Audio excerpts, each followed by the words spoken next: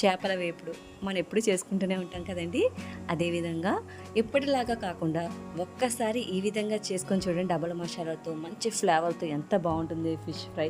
ముందుగా దీనికోసం మనం మసాలాని రెడీ చేసుకోవాలన్నమాట. ఒక మిక్సీ జార్లో అల్లం, వెల్లుల్లి, ఉల్లిపాయలు, అలాగే ధనియాల పొడి, జీరా పొడి, పసుపు, కారం, ఉప్పు, కొంచెం వెజ్ మసాలా కానీ గరం మసాలా కానీ వేసుకోండి. అలాగే కొత్తిమీర కొంచెం ఒక కట్ట పడుతుందండి, కొంచెం ఎక్కువ వేసుకోండి. అలాగే పుదీనా, ఈ రెండు కూడా వేసుకొని మనం మెత్తగా పేస్ట్లా చేసుకోవాలన్నమాట ఈ మొత్తాన్ని.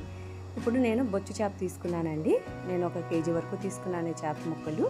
దీంట్లో మనం ముందుగా రుబ్బుకున్న పేస్ట్ మొత్తం మసాలా మొత్తం దాంట్లో వేసేసి ఒక నిమ్మకాయ చెక్క, ఒక బద్ద పిండేసుకొని బాగా కలిపేసుకుని ఆ మసాలా మొత్తం ప్రతి చేప ముక్కకి బాగా పట్టాలండి. చూసారా, ఈ విధంగా ప్రతి ముక్కకి పట్టించండి. కొంచెం మసాలా ఎక్కువ తీసుకుంటే బాగా పడుతుందన్నమాట. ఇలా అన్నిటికీ పట్టించేసి దీని కనీసం మనం ఒక అరగంట సేపు పక్కన పెట్టుకుంటే బాగా ఊరుతుందంట. ఉప్పుకి మొత్తం లోపలికి వెళ్తుందన్నమాట మసాలా మొత్తం.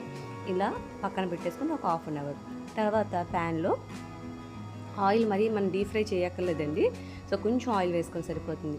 అది బాగా మరిగిన తర్వాత ఇది జాగ్రత్తగా ఒకదాని మీద ఒకటి వేసుకోకుండా చూపించిన విధంగా వేసుకొని ముక్కలన్నీ వెంటనే కదపకండి, ఇరిగిపోతుంది చేప. ఇదే కాదు, ఏ చేప అయినా కూడా వెంటనే కదపకూడదు. కొంచెం సేపు వేగిన తర్వాత అటు ఇటు తిప్పుకుంటూ మనం చిన్న మంట మీద మీడియం మంట పెట్టుకుంటూ వేయించుకుంటే ఫిష్ ఫ్రై చాలా టేస్టీగా రెడీ అయిపోతుంది అనమాట. చాలా సింపుల్ అండి, టేస్ట్ మాత్రం చాలా బాగుంటుంది అనమాట. ఒకసారి మీరు ట్రై చేసి చూడండి. మీకు నచ్చితే మాత్రం నా ఛానల్కి లైక్ చేసి సబ్స్క్రైబ్ చేయండి. Thank you.